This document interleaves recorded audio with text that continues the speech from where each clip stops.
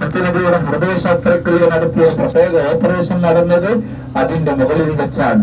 മഹാനായ നബി സല്ലല്ലാഹു അലൈഹി വസല്ലമ തങ്ങളുടെ 10 സ്വഹാബിമാര് പ്രത്യേകം സ്വർഗക്കാരാണെന്ന് സന്തോഷ വാർത്ത സയ്യിദ് തങ്ങൾ ബൈത്ത് പാടാറുണ്ടല്ലോ. സയ്യിദിൻ എന്ന് പറഞ്ഞു തുടങ്ങുന്ന ബൈത്തിലൊക്കെ പറയുന്ന മഹാന്മാർക്ക് സ്വർഗമുണ്ടെന്ന് പ്രഖ്യാപിച്ചത് ആ നബിയുടെ മുകളിൽ വെച്ചാൽ നബിയുടെ ഹൃദയ ശസ്ത്രക്രിയ നടത്തിയ പ്രത്യേക ഓപ്പറേഷൻ നടന്നത് അതിന്റെ മുകളിൽ വെച്ചാൽ മഹാനായ നബി സല്ലല്ലാഹു അലൈഹി വസല്ലമ തങ്ങളുടെ 10 സ്വഹാബിമാര് പ്രത്യേകം സ്വർഗക്കാരാണെന്ന് സന്തോഷ വാർത്ത സയ്യിദ് തങ്ങൾ ബൈത്ത് പാടാറുണ്ടല്ലോ.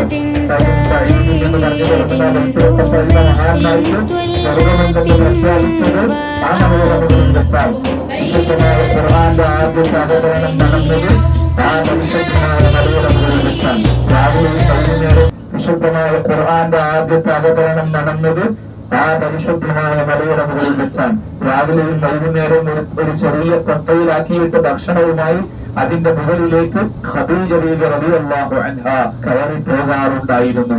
അങ്ങനെ ജിബ്രീൽ എന്ന മാലാഖ വന്ന് റസൂലുള്ളാഹി സ്വല്ലല്ലാഹു അലൈഹി വസല്ലം തങ്ങള് തനിച്ചുകൊണ്ട് വീട്ടിലേക്ക് കയറി വന്നപ്പോൾ സമാധാനിപ്പിച്ച ഖദീജ ബീവിയുടെ ചരിത്രം നമ്മൾ കേട്ടിട്ടുണ്ട്. അതൊരിക്കലും ഒരു പിശാച് അല്ല നബിയെ, തങ്ങൾ ഒരിക്കലും വിഷമിക്കണ്ട, തങ്ങളെ അള്ളാഹു ഒഴിവാക്കുകയില്ല, കൈവഴിയുകയില്ല. കാരണം തങ്ങൾ പാവപ്പെട്ടവരെ സഹായിക്കുന്നവരാണ്, അഗതികൾക്ക് താനിയാണ്, അഗതികൾക്ക് സഹായം നൽകുന്നവരാണ്. വലതുഭാഗത്ത് ഒരു മഖ്ബറ കാണാം. ഈ മഖ്ബറയുടെ പേരാണ് മഖ്ബറത്തുൽ അസ്അദി എന്ന് പറയുന്നത്. കണ്ടില്ല, ഈ കെട്ടിന്റെ ഉള്ളില് മഖ്ബറത്തുൽ അദിൽ, ഇവിടുത്തെ പ്രത്യേക രാജകുടുംബത്തെയും മറ്റൊക്കെ ഇവിടെ പ്രത്യേകം ഇവിടെയാണ് മറവ് ചെയ്യാറുള്ളത്. മഖ്ബറത്തുൽ അദിൽ ജന്നത്തുൽ മുഅല്ലയുടെ തൊട്ട് മുമ്പായിട്ട് നമ്മൾ കടന്നു ചെല്ലുമ്പോൾ കാണുന്ന ഒരു മഖ്ബറയാണ് മഖ്ബറത്തുൽ അദിൽ. هذه مقبرة العدل في مكة المكرمة. هذه المقبرة أنشئت تقريبا في حدود 1345. كانوا يسمونها مقبرة النجديين لأن غالب من يقبر فيها هم من أهل نجد. السلام عليكم أهل الديار من المؤمنين والمسلمين، وإنا إن شاء الله بكم لاحقون، ويرحم الله المستقدمين منا والمستأخرين. أسأل الله لنا ولكم العافية. في هذه المقبرة دفن العديد من العلماء، منهم سماحة الشيخ عبد العزيز بن عبد الله بن باز رحمه الله 1420، ومنهم الشيخ محمد بن صالح العثيمين 1421، وقبلهم أيضا دفن الشيخ عبد الله محمد الخليفي 1414 وهو إمام المسجد الحرام، والشيخ أيضا عبد الله خياط. أما من الأمراء فكثير من أبناء الملك عبد العزيز دفنوا في هذه المقبرة. الأمير منصور بن عبد العزيز 1369، ثم بعده كثير من أبناء الملك عبد العزيز، الأمير مشعل والأمير متعب والأمير عبد الرحمن والأمير ماجد الذي كان أمير منطقة مكة. നബി സല്ലല്ലാഹു അലൈഹി വസല്ലം തങ്ങളെ ഖദീജ ബീവി സമാധാനിപ്പിച്ചത് ആ മലയുടെ മുകളിൽ നിന്ന് ഇറങ്ങി വന്ന് വേദനയോടെ വേജാറോടെ ഇറങ്ങിയപ്പോഴാണ്. വിറച്ച് ധരിച്ച റസൂലുള്ളാഹി സ്വല്ലല്ലാഹു അലൈഹി വസല്ലം തങ്ങളെ വറഖത്ത് ബിൻ നൗഫൽ എന്ന് പറയുന്ന ആളെടുത്ത് കൊണ്ടുപോയതും അവിടുന്ന് നിങ്ങളെ ഈ മക്കയിൽ നിന്ന് പുറത്താക്കപ്പെടുന്ന സമയം ഞാൻ ഉണ്ടായിരുന്നെങ്കിൽ എന്ന് പറഞ്ഞപ്പോ റസൂലുള്ള പറഞ്ഞു, എന്നെ ഈ നാട്ടിൽ നിന്ന് പുറത്താക്കുമോ എന്ന് ചോദിച്ചു എന്നാണ്. അപ്പോ ആ പ്രിയപ്പെട്ട ഖദീജ ബീവിയുടെ കുടുംബമായ വറഖത്ത് എന്ന് പറയുന്ന ആള് പറഞ്ഞല്ലോ, ഈ സത്യസന്ദേശവുമായി വന്ന ഒരാൾക്കും പരീക്ഷണങ്ങൾ ഉണ്ടാവാതിരിക്കുകയില്ല, നിങ്ങൾക്കും പരീക്ഷണം ഉണ്ടാകും, നിങ്ങളെ ഈ നാട്ടിൽ നിന്ന് പുറത്താക്കപ്പെടും, അങ്ങനെ പുറത്താക്കപ്പെടുമ്പോൾ നിങ്ങളെ സഹായിക്കാൻ ഞാൻ ഉണ്ടായിരുന്നെങ്കിൽ എന്ന് അദ്ദേഹം പറഞ്ഞു എന്നാണ്. അങ്ങനെ ഒരുപാട് ചരിത്രങ്ങൾക്ക് സാക്ഷിയായ ജബലുൻ നൂർ, അല്ലാഹു ആ പർവ്വതത്തിന്റെ മുകളിലേക്ക് ഡയറക്റ്റ് പോയി കയറാൻ നമുക്ക് തൗഫീഖ് നൽകട്ടെ. ഇൻഷാ അല്ലാഹ് തയ്യാറായിക്കോളി. ആരോഗ്യം ഉണ്ടെങ്കിൽ ഞങ്ങൾക്ക് കഴിയുമെങ്കിൽ ഇൻഷാ അല്ലാഹ് ഒരു ദിവസം അതിനായിട്ട് നമ്മൾ മാറ്റിവെക്കും. അത് കഴിയുന്ന ആളുകളൊക്കെ ഇൻഷാ അല്ലാഹ് വരിക, നമുക്ക് അതിന്റെ മുകളിൽ കയറി ആ ജബലുൻ നൂറിന്റെ മുകളിലുള്ള ഹിറാ ഗുഹ ഇൻഷാ അല്ലാഹ് കാണാം. അല്ലാഹു തൗഫീഖ് ചെയ്യട്ടെ. അള്ളാഹു തൗഫീഖ് ചെയ്യട്ടെ. ചിലരെ ആമീൻ കേട്ടാൽ തന്നെ അറിയാണ്ട് പോകുന്നു. അള്ളാഹു തൗഫീഖ് ചെയ്യട്ടെ. ശരിക്കും ആമീൻ പറയുന്നതൊക്കെ ഒരു തൗഫീഖ് വേണം, എന്നാലേ എത്തുള്ളൂ. നല്ല ആരോഗ്യം ഉണ്ട് എന്ന് കരുതുന്ന ആളുകളും ചിലപ്പോൾ അവിടെ എത്തൂല. അപ്പൊ അതിന് തൗഫീഖ് വേണം. അതിനാണ് നമ്മൾ ആമീൻ പറയണമെന്ന് ഇറക്കണം എന്ന് പറയുന്നത്. അൽഹംദുലില്ലാ. ഇൻഷാ അല്ലാഹ് നമുക്ക് ഇങ്ങനെ കടന്നു പോകുമ്പോ നമ്മുടെ റൂമിലെത്തിയാല് ഭക്ഷണം കഴിച്ച് ഒന്ന് വിശ്രമിക്കുക. നേരെ അവിടെ ചെന്നിറങ്ങി നമ്മളെ ബാഗൊക്കെ എടുത്തിറങ്ങുക. കുറച്ചു നേരം ഭക്ഷണം കഴിച്ച് നിസ്കരിച്ച് വിശ്രമിക്കാം. ഇൻഷാ അല്ലാഹ് 5 മണിയാവുമ്പോഴേക്കിന് നമുക്ക് ഇൻഷാ അല്ലാഹ് ഉംറക്ക് ഇറങ്ങുകയും ചെയ്യാം. ഈ ഉച്ച സമയത്ത് വേണ്ട, ഒന്ന് വിശ്രമിക്കാം. നാളെ എവിടുക്കാ പോകേണ്ടത്? തൈഫോ. ഇൻഷാ അല്ലാഹ് നമ്മുടെ കമ്പനി ഉംറകൾക്ക് ശേഷം നേരത്തെ നമ്മൾ ക്ലാസ്സിൽ പറഞ്ഞതുപോലെ ഹുദൈബിയ എന്ന് പറയുന്ന സ്ഥലത്തേക്ക് യാത്രയുണ്ട്. അതൊരു ദിവസമാക്കാം. നാളെ തൈഫിലേക്ക് പറയുകയാണെങ്കിൽ നാളെ നമ്മൾ എപ്പോഴാ പോകേണ്ടത് തീരുമാനിക്കണം. നമുക്ക് പറ്റാവുന്ന ഒരു സമയം പോകാം. എപ്പോഴാ പോകണ്ടു? രാവിലെ പോണോ? ചോറ് വെച്ചിട്ട് പോണോ? രാവിലെ പോകണ്ടു? എല്ലാവരും അഭിപ്രായം അങ്ങനെ പോണോ? ആയിക്കോട്ടെ, അൽഹംദുലില്ലാ. അങ്ങനെ ചെയ്യല്ലേ? വൈകുന്നേരം ആക്കണ്ടല്ലോ. ശരി. അപ്പൊ എന്നാ എല്ലാരും അങ്ങനെ പറയണം. എല്ലാരും അഭിപ്രായം അനുസരിച്ച് ചെയ്യാന്നുള്ളതാണ്. ഞങ്ങൾ രണ്ടും ചോദിച്ചു വെച്ചിരുന്നു. അഥവാ ഉച്ചയ്ക്ക് ശേഷം പോയിട്ട് പിന്നെ വൈകുന്നേരം കാണണമെങ്കിൽ അപ്പൊ രാത്രി ഉംറാവും. അങ്ങനെ ചെയ്യാം, അല്ലെങ്കിൽ രാവിലെ ചെയ്യാം. അപ്പൊ രാവിലെ എന്ന് പറഞ്ഞ സ്ഥിതിക്ക് അങ്ങനെ ആക്കല്ലേ? എന്താ എല്ലാരും പറയാത്ത? എന്താ വേണ്ടു? രാവിലെ പോകല്ലേ? അപ്പൊ നമുക്ക് ഇതുപോലെ ഉച്ചക്ക് ഒരു 2 മണി 3 മണി സമയത്ത് കുറച്ച് വൈകും. രാവിലെ പുറപ്പെട്ടാല് നമുക്ക് പിന്നെ കുറച്ച് വൈകിട്ടാണെങ്കിലും നമ്മൾ തിരിച്ചെത്തും. പിന്നെ നമുക്ക് ഇന്നലെ ചെയ്തതുപോലെ പറ്റുള്ളൂ. ഇശായിന്റെ ശേഷം പിന്നെ ഇറങ്ങാൻ പറ്റുള്ളൂ. കാരണം കുറച്ച് വൈകി വന്നാൽ പിന്നെ അപ്പൊ തന്നെ ഇറങ്ങാൻ കഴിയൂല. അങ്ങനെ ചെയ്യല്ലേ? അതിനൊരു രസമുണ്ട്. നമ്മൾ ചെറുപ്പത്തിൽ മദ്രസയിൽ പഠിച്ച ഒരു സ്ഥലമുണ്ട്. ഇത് കർണുൽ മനാസിൽ എന്ന് പറയുന്ന മീഖാത്ത്. പഠിച്ചിട്ടില്ലേ? 5 മീഖാത്തുകളാണ് ഹജ്ജിന്റെ മീഖാത്തുകൾ നമ്മൾ പഠിച്ചത്. ഒന്ന് ഹുലൈഫ, അത് മദീനയിലേക്ക് പോകുമ്പോ കാണാം. പക്ഷെ അവിടെ നമ്മള് സാധാരണ നേരിട്ട് കാണാൻ പറ്റില്ല, പുറത്തുനിന്ന് കാണില്ല. ഇത് കർണുൽ മനാസിൽ വേറൊന്ന്, അത് നമുക്ക് നേരിട്ട് ഇൻഷാ അല്ലാഹ് നാളെ തൈഫിൽ പോവാൻ ആ മീഖാത്ത് പ്രത്യേകം കാണാം. അള്ളാഹു തൗഫീഖ് ചെയ്യട്ടെ. ഉമർ ഖാദി റളിയല്ലാഹു അൻഹു നമ്മളെ കേരളക്കാരനാണ്, മലപ്പുറം ജില്ലക്കാരനാണ്. അവര് ഉണ്ടാക്കിയൊരു പള്ളി അവിടെ ഉണ്ടായിരുന്നു. ആ സ്ഥാനത്തുള്ള പള്ളിക്ക് മസ്ജിദുൽ ഹുനൂദ്, ഇന്ത്യക്കാരുടെ പള്ളി എന്നറിയപ്പെടുന്നുണ്ട്. സൗദിയിൽ ഇന്ത്യക്കാരുണ്ടാക്കിയ പള്ളി എന്ന പ്രത്യേക പേരിൽ അറിയപ്പെടുന്ന ഒരു പള്ളി ഉണ്ട്. മർഖാദ് ഉണ്ടാക്കിയതാണ്. അത് കാണാം. ഇബ്നു അബ്ബാസ് റളിയല്ലാഹു അൻഹുവിന്റെ മഖ്ബറയും അവിടുത്തെ പള്ളിയും, പ്രസിദ്ധമായ പള്ളിയും ലൈബ്രറിയൊക്കെയുള്ള സ്ഥലമുണ്ട്. അവരെ പഴയ വീട് നിന്നിരുന്ന സ്ഥലമുണ്ട്, പഴയ പള്ളി നിന്നിരുന്ന സ്ഥലമുണ്ട്. അങ്ങനെയുള്ള കാഴ്ചകൾ കാണാം. തായിഫിന് പിന്നാലെ നബിനെ ഇടയ്ക്ക് ശ്രദ്ധിക്കുക. വലതുഭാഗത്തേക്ക് നോക്കിയാൽ മഖ്ബറ കാണാം. ഇതാണ് മക്കയിലെ പ്രസിദ്ധമായ ജന്നത്തുൽ മുഅല്ല. ഖദീജ ബീവിയുടെ മഖ്ബറയൊക്കെ വലതുഭാഗത്താണ്. ഇൻഷാ അല്ലാഹ് അസ്സലാമു അലൈക്കും അസ്സലാമു അലൈക്കും يا من دفن في هذه المقبرة الشريفة. السلام عليكم يا أم المؤمنين خديجة الكبرى. السلام عليكم دار قوم مؤمنين فإنا إن شاء الله بكم لاحقون. അല്ലാഹു ഉമ്മയുടെ ബർക്കത്ത് കൊണ്ട് മറ്റു മഹാന്മാരെ ബർക്കത്ത് കൊണ്ട് നമ്മളെ രക്ഷപ്പെടുത്തട്ടെ.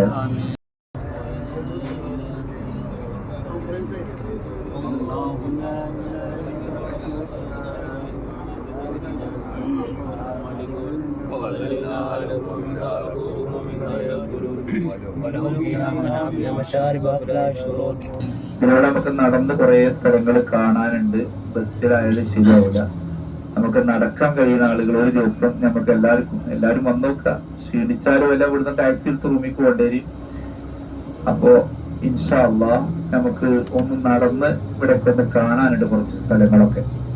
ജിന്ന് പള്ളി, ഷവറ പള്ളി, റായ പള്ളി, ഇതൊക്കെ നമ്മൾ ഇവിടെ കാണുന്ന ഈ പള്ളികളാണ്. അതിന്റെ ചരിത്രങ്ങളൊക്കെ നേരിട്ട് വന്ന് കണ്ട് പറഞ്ഞ് ഇൻഷാ അല്ലാഹ് ഖുർആൻ പർവ്വതം, അതിന്റെ ചരിത്രം, നബി സല്ലല്ലാഹു അലൈഹി വസല്ലം തങ്ങൾ താമസിച്ച സ്ഥലത്ത് ഉള്ള വീട്, ലൈബ്രറി ഒക്കെ നമുക്ക് ഒരു ദിവസം നടന്ന് കാണണം. അല്ലാഹു തൗഫീഖ് ചെയ്യട്ടെ. ആമീൻ. ഈ സ്ഥലമാണ് റസ്സ എന്നറിയപ്പെടുന്ന ഏരി കേട്ടോ. ഷസ ബസ് സ്റ്റാൻഡ് എന്നാണ് ഇവിടേക്ക് അറിയപ്പെടുക. ഷസ ഹറമ് വലുതാക്കി ഇങ്ങോട്ട് കൊണ്ടുവരികയാണ്. അതിന്റെ പണികളൊക്കെ നടക്കുന്നുണ്ട്. മറ്റു സംവിധാനങ്ങള്, വിശാലമായ നിർമ്മാണ പ്രവർത്തനങ്ങളാണ് എല്ലായിടത്തും നടന്നുകൊണ്ടിരിക്കുന്നത്. ശ്രദ്ധിക്കണം. ഇവിടെയൊക്കെ ഹറമിന്റെ ഇവിടെയൊക്കെ വിവിധങ്ങളായ പണികൾ നടന്നുകൊണ്ടിരിക്കുകയാണ്. വലിയ മാറ്റങ്ങൾ ഇവിടെ എല്ലാ ഏരിയകളിലും ബിൽഡിങ്ങുകളൊക്കെ പൊളിച്ചു മാറ്റി നല്ല പണികൾ നടക്കുകയാണ്. നമ്മളൊരു സഹാബി പറയുന്നുണ്ട്, സ്വർഗം കൊണ്ട് സന്തോഷ വാർത്ത അറിയിക്കപ്പെട്ട 10 ആളിൽ ഒരു സഹാബി സഅദ് റളിയല്ലാഹു അൻഹു അവർ പറയുന്നുണ്ട്, 9 ആൾ സ്വർഗത്തിലാണെന്ന് എനിക്ക് ഉറപ്പാണ്. 9 ആളെ കുറിച്ച് നബി സ്വർഗത്തിലാണെന്ന് പറഞ്ഞിട്ടുണ്ട്. അദ്ദേഹത്തെ ഒഴിവാക്കിയിട്ട് എപ്പോഴും അങ്ങനെ വേണ്ടത്. ഞാൻ നല്ലവനാണെന്ന് ഞാൻ തന്നെ പറയാൻ പാടില്ല. അല്ലാഹു നമ്മളൊക്കെ നല്ലവരാക്കി പെരുമാറാവട്ടെ. അവർ 9 ആൾ എന്തായാലും സ്വർഗത്തിലാണല്ലോ എന്ന് ഈ സഹാബി പറയും. സഹാബി സ്വർഗത്തിലാണ്. കാരണം ആ പർവ്വതത്തിന്റെ മുകളിൽ, ജബലുൻ നൂറിന്റെ മുകളിൽ 10 സ്വഹാബികളെ കുറിച്ച് റസൂൽ പറഞ്ഞു. അബൂബക്കർ റളിയല്ലാഹു അൻഹു, ഉമർ റളിയല്ലാഹു അൻഹു, ഉസ്മാൻ റളിയല്ലാഹു അൻഹു,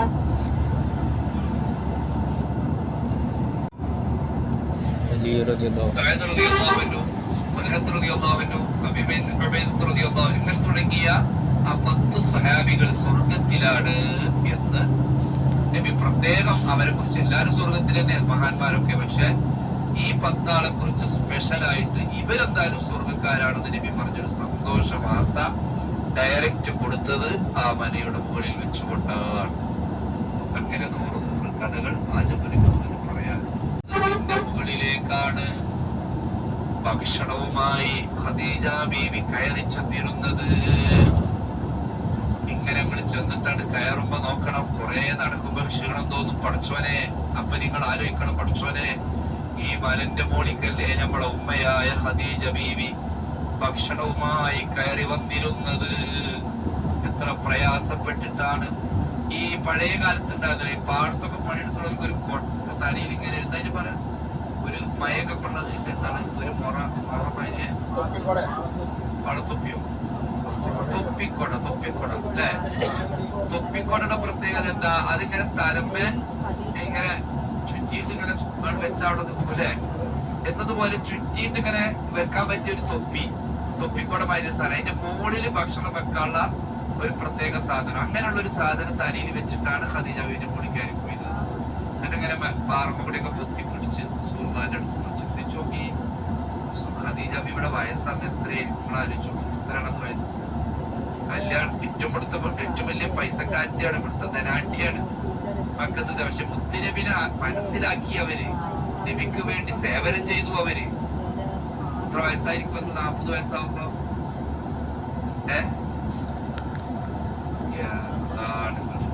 കല്യാണം കഴിക്കുമ്പോ എത്ര വയസ്സാ? റസൂലുള്ളാഹി സ്വല്ലല്ലാഹു അലൈഹി വസല്ലം തങ്ങൾക്ക് 25, ഖദീജ ബീവിക്ക് 40 അല്ലേ? ഇപ്പൊ റസൂലുള്ളാഹിക്ക് 40 അപ്പൊ എത്ര കൊല്ലം കഴിഞ്ഞു? 15 കൊല്ലം കഴിഞ്ഞു. റസൂലുള്ളാഹിക്ക് 40 സ്വല്ലല്ലാഹു അലൈഹി വസല്ലം. എപ്പോഴാണ് ഈ സംഭവം? അപ്പോ 55 വയസ്സായിട്ടുണ്ടാവും. 55 വയസ്സായി. നേരത്തെ 2 ഭർത്താക്കന്മാര് ഉണ്ട്, അവരൊക്കെ കല്യാണം കഴിച്ച് അവരൊക്കെ മരണപ്പെട്ട് ഒഴിവാക്കി, അല്ലെങ്കിൽ അതിനുശേഷം അതിലൊക്കെ കുട്ടികളൊക്കെ ഉണ്ടായി, ആ വയസ്സായി. അതിനുശേഷം റസൂലുള്ളാഹി വിവാഹം കഴിച്ച് അതിന് കുട്ടികളായി. അങ്ങനെ 3 എന്താണ് ഒരു വിധവ, എന്താണ് ഒരു വൃദ്ധ എന്ന് പറയുന്ന ഒരു വയസ്സായ അത്രയും പ്രായത്തിയ ഖദീജ ബീവി റസൂലുള്ളാഹിനെ സ്നേഹിച്ചിട്ട് സ്വല്ലല്ലാഹു അലൈഹി വസല്ലം കയറി പോവുകയാണ് ആ മരണ മോണി. അതാണ് ഭർത്താവിന്റെ സ്നേഹം. എന്റെ ഭർത്താവ് ഒരു സാധാരണക്കാരനല്ല, ഒരു പുണ്യപ്രവാചകനാകേണ്ട ആളാണ് എന്ന് നേരത്തെ അറിയാമായിരുന്നു. ആദ്യം വിശ്വസിച്ചത് അവരാണ്, റസൂലുള്ളാഹിനെ സ്വല്ലല്ലാഹു അലൈഹി വസല്ലം. അങ്ങനെ ആ ഭക്ഷണപ്പൊതി റസൂലുള്ളാഹിക്ക് എത്തിച്ചു കൊടുക്കുകയാണ്. അല്ല മരണം പൊടിയിൽ എല്ലാം പോയി കുത്തിരിക്കണം, ഇങ്ങോട്ട് പോയി ഇറങ്ങിപ്പോയി എന്ന് പറഞ്ഞിട്ട് ചൂടാകല്ല. നബി അങ്ങനെ ഇരിക്കുകയാണെങ്കിൽ ഇരുന്നോട്ടെ, ഭക്ഷണം കൊണ്ടേ കൊടുക്കുകയാണ്. അതാണ് ഖദീജ റളിയല്ലാഹു അൻഹാ. ഖദീജ ബീവി അള്ളാഹിന്റെ നേരിട്ട് ഡയറക്റ്റ് സലാം കിട്ടിയ ആളാണ്. അള്ളാഹു നിങ്ങളോട് സലാം പറയുന്നുണ്ട് എന്ന് റസൂലുള്ളാഹി സ്വല്ലല്ലാഹു അലൈഹി വസല്ലം തങ്ങള് അറിയിച്ചു. അപ്പൊ സലാം അടക്കണ്ടേ എങ്ങനെയെന്ന് അറിയില്ല. കാരണം എന്താ, നമ്മള് സാധാരണ സലാം പറയണേ അസ്സലാമു അലൈക്കും എന്ന് പറഞ്ഞാൽ വലൈക്കും അസ്സലാം എന്ന് പറഞ്ഞാൽ മതി. ഇത് അള്ളാഹിന്റെ സലാമാണ്. അപ്പൊ എങ്ങനെ സലാം അടക്കുക? അപ്പൊ ആ സലാം അടക്കേണ്ട രൂപം ബുദ്ധിമതിയായ ഖദീജ ബീവി മനസ്സിലാക്കി. അല്ലാഹുമ്മ അൻതസ്സലാം വമിൻകസ്സലാം വഇലൈക യർജിഉസ് സലാം എന്നാണ് സലാം പഠിക്കുന്നത്. ഉച്ച സമയത്ത് നല്ല സൂര്യന് അല്ലെങ്കിൽ പകൽ സമയത്ത് സൂര്യ വെളിച്ചത്തിലൊക്കെ കയറി പോകുമ്പോഴുള്ള ക്ഷീണം എന്തായിരിക്കും? നമുക്ക് രാത്രി ആയതുകൊണ്ട് ഉറക്കിന്റെ ഒരു ചടവേ ഉണ്ടാവുള്ളൂ. ശരീരത്തിന് വെയിലുകൊണ്ട് ക്ഷീണം ഉണ്ടാവൂല.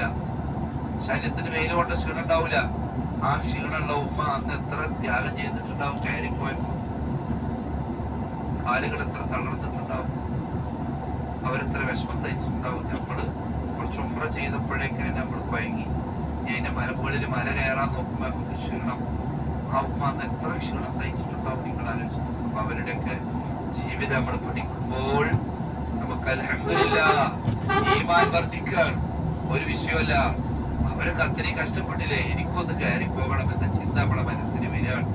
അള്ളാഹുവേ ആരോഗ്യം നൽകണേ റഹ്മാനേ.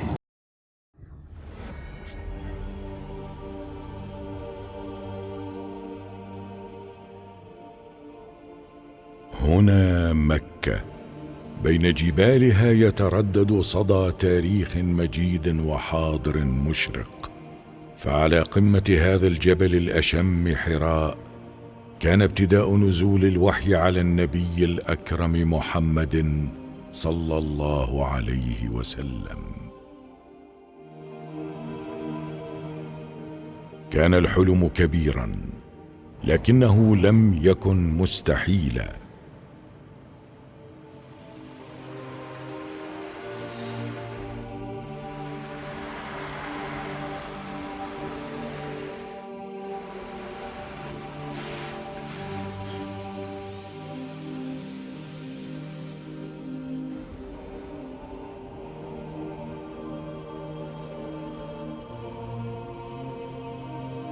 അവിടെ എത്തിയിട്ട് അതിന്റെ അടുത്ത് നമുക്ക് കണ്ട് റാഹത്തായി അവിടുന്ന് മൗനി തോന്നി നൽകട്ടെ.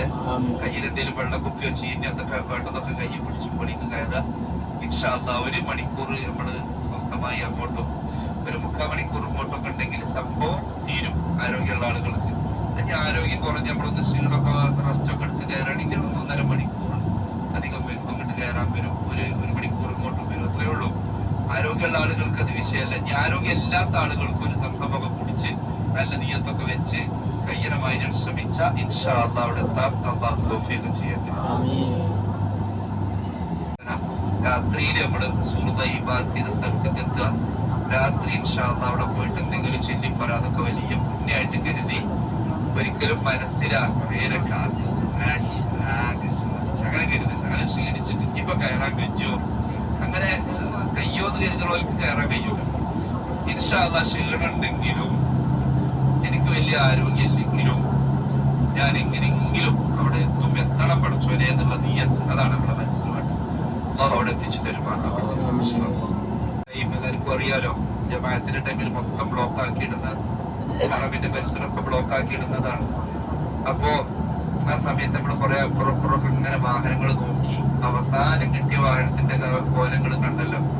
യാത്ര ആവുമ്പോ അങ്ങനെയൊക്കെ ഉണ്ടാവും. യാത്രയിൽ വിഷമങ്ങൾ ഉണ്ടാവുമെന്ന് മുഹമ്മദ് മുസ്തഫ. അപ്പൊ നമ്മൾ പതറാതെ നമ്മുടെ ലക്ഷ്യത്തിൽ നിന്ന് മാറാതെ നമ്മൾ പോകണം എന്ന് കരുതിയത് പോകാം. അപ്പൊ 1/2 മണിക്കൂർ വൈകുന്നു കണ്ടപ്പോ ഇൻഷാ അല്ലാഹ് വേറെ വണ്ടി നോക്കി വീണ്ടും. അപ്പൊ അതും പ്രശ്നമായി. ഇൻഷാ അല്ലാഹ് ഈ വൈകി 10-20 മിനിറ്റ് നമ്മൾ അവിടെ ഇരുന്നു. അതൊക്കെ ഹറമിലാണ്. നിങ്ങൾ സ്വലാത്തൊക്കെ ശരി നമ്മളായിരുന്നതൊക്കെ വെറുതെ ആവില്ല.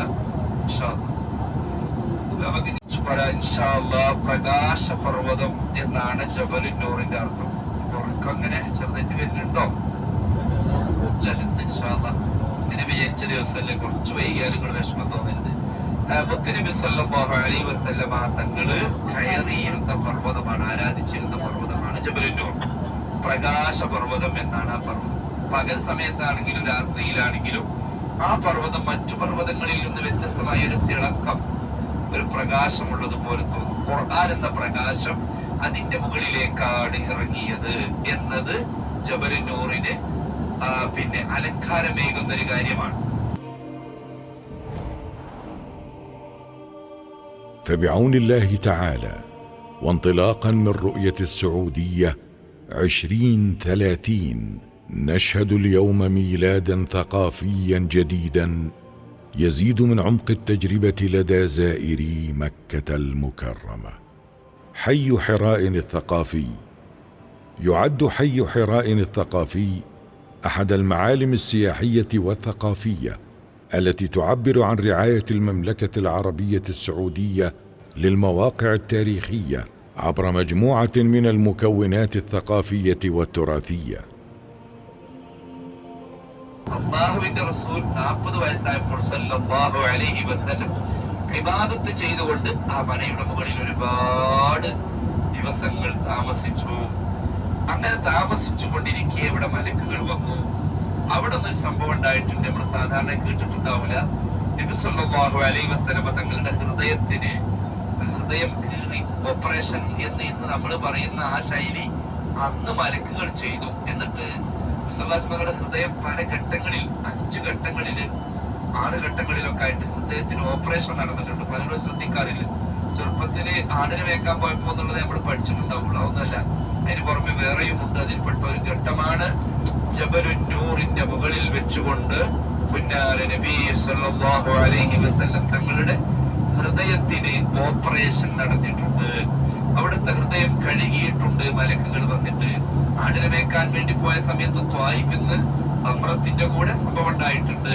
ഇങ്ങനെ വിവിധ ഘട്ടങ്ങളിൽ ഉണ്ടായിട്ടുണ്ട്. അതിലൊന്ന് നടന്നത് ആ മലയുടെ മുകളിലാണ്. ജിബ്രീൽ അലൈഹിസ്സലാം എന്ന മലക്ക് 600 ചിറകുണ്ട്. എത്ര ചിറകുണ്ട് ജിബ്രീലിന്? 600 ചിറകുള്ള മലക്കാണ്.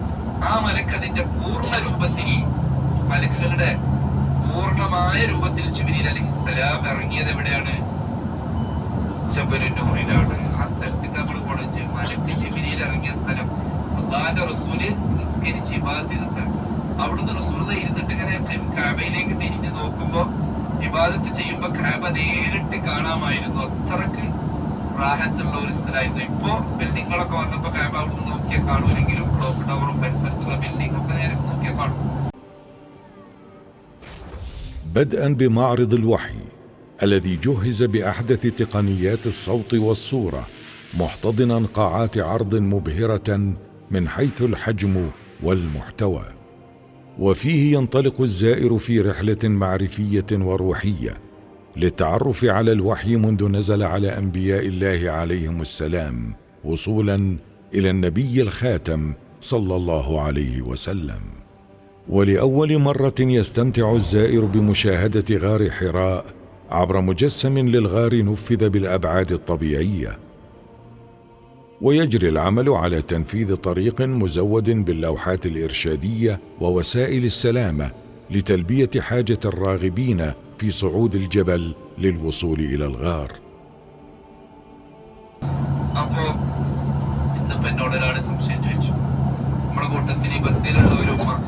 സഹോദരി ചോദിച്ചു, ഞാൻ ഇവിടെ കഅബത്തിന്റെ അടുത്ത് നിസ്കരിക്കുമ്പോ എവിടുക്കാ നോക്കണ്ടത്?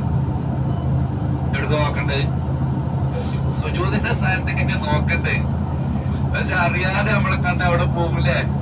കഅബത്തുമ്പോ പോവും. അതിന് ഈമാനാണ്, അറിയാതായി പോണതാണ്. എല്ലായിടത്തും നിസ്കരിക്കും. മയ്യത്ത് നിസ്കാരത്തിലടക്കം ചില ആളുകളാണ് മയ്യത്ത് നിസ്കരിക്കുമ്പോ അല്ലെ സഫ് ഇങ്ങനെ അടുത്തടുത്ത് വെക്കണം. അങ്ങനെ പാടില്ല. സഫ് സാധാരണ പോലെ ആക്കുകയാണ് നല്ലത്. തിരക്കാണെങ്കിൽ അടുപ്പിച്ചാതേ ഉള്ളൂ. കാരണം മയ്യത്ത് നിസ്കാരത്തിന് വരെ എവിടുക്കാ നോക്കേണ്ടത്? സുജൂദിന്റെ സ്ഥാനത്തേക്കാണ് നോക്കേണ്ടത്. മയ്യത്ത് നിസ്കാരത്തിന് സുജൂദില്ലെങ്കിലും സുജൂദിന് ഒരു സ്ഥാനം ഉണ്ടാവുമല്ലോ. സാധാരണ ഒരു മനുഷ്യൻ സുജൂദ് ചെയ്യാൻ പറ്റുന്ന ഒരു ഏരിയ, ആ ഏരിയയിലേക്ക് ആ സ്ഥാനത്തേക്കാണ് നോക്കേണ്ടത്. അപ്പൊ അങ്ങനെ തന്നെയാണ് കഅബത്തുമെന്ന് നോക്കേണ്ടത്. പക്ഷെ നമ്മളിങ്ങനെ അറിയാതെ കഅബത്തുമെന്ന് നമ്മളെ കണ്ടു പോണതാണ്, അത്രേ ഉള്ളൂ.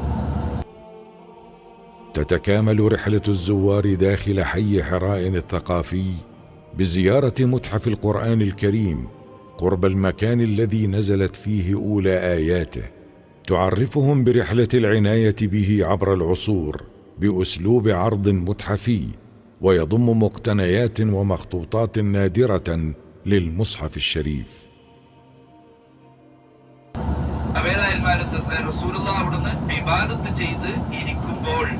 വിശ്രമിക്കുമ്പോഴൊക്കെ കഅബ നേരിട്ട് കാണാമായിരുന്നു. കഅബ കണ്ടുകൊണ്ട് അവിടുന്ന് സ്വലാത്തുകളും പിന്നെ ഇബാദത്തുകളും ദിക്റുകളും ഒക്കെ ആയിട്ട് നിൽക്കുമ്പോഴാണ് ഖുർആന്റെ അവതരണം ഉണ്ടായത്. ജിബ്രീൽ അലൈഹിസ്സലാം വന്നത്. മഹാനായ മലക്ക് ജിബ്രീൽ അലൈഹിസ്സലാം വന്നു. എന്നിട്ട് നബിയെ തങ്ങൾ വായിക്കുക എന്ന് പറഞ്ഞു. എനിക്ക് ഒത്തറിയില്ലല്ലോ. വീണ്ടും വായിക്കൂ നബിയെ. വീണ്ടും എനിക്ക് ഒത്തറിയില്ല. ജിബ്രീൽ ഇങ്ങനെ കൂട്ടിപ്പിടിച്ചു. എന്നിട്ട് വിട്ടതിന് ശേഷം 5 വചനങ്ങൾ അവതരിക്കുകയാണ്.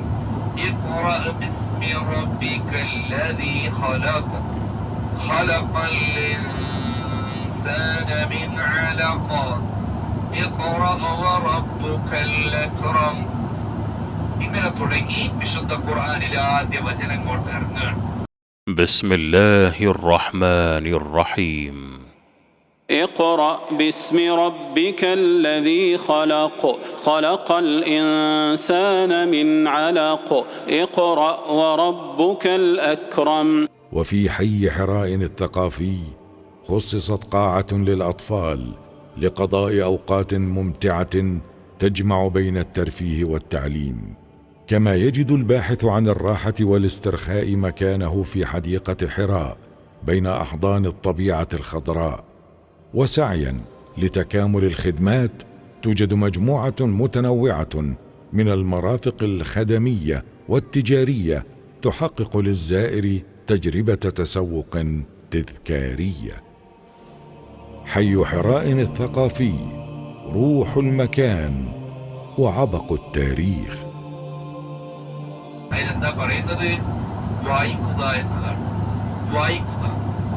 വായിക്കുക എന്നതാണ് ആദ്യത്തെ ഇസ്ലാമിന്റെ സന്ദേശം. വായിക്കുന്നവരും പഠിക്കുന്നവരും മാത്രമേ വിജ്ഞാനമുള്ളൂ, അവന് മാത്രമേ സമൂഹത്തിൽ സ്റ്റാറ്റസോടെ ജീവിക്കാൻ കഴിയൂ എന്ന ഒരു സന്ദേശം ലോകത്താദ്യം പ്രഖ്യാപിച്ചത് ഇസ്ലാമാണ്. അല്ലാത്തൊരു വചനമാണ്. അതിന് ഒരുപാട് അർത്ഥതലങ്ങളുണ്ട്. അപ്പൊ ഇഖ്റഇന്റെ വചനം, അനുഗ്രഹീതമായ വചനം, അത് ഇറങ്ങിയത് ഈ പരിശുദ്ധമായ പർവ്വതത്തിലാണ്. വായന ഏറ്റവും പ്രധാനമാണ് എന്ന് പഠിപ്പിച്ച വചനമായിരുന്നു അവിടെ ഇറങ്ങിയത്. എപ്പോഴും നമ്മൾ വായിക്കണം. കൂട്ടത്തിൽ നിങ്ങൾ എങ്ങനെയാണെന്ന് അറിയില്ല, നന്നായി വായിച്ചുകൊണ്ടിരിക്കണം. വായിക്കുന്ന ആളുകൾ വെറും മൊബൈലിൽ ചിത്രം കാണില്ല, വായന വേണം. വായിക്കുന്ന ആളുകൾക്ക്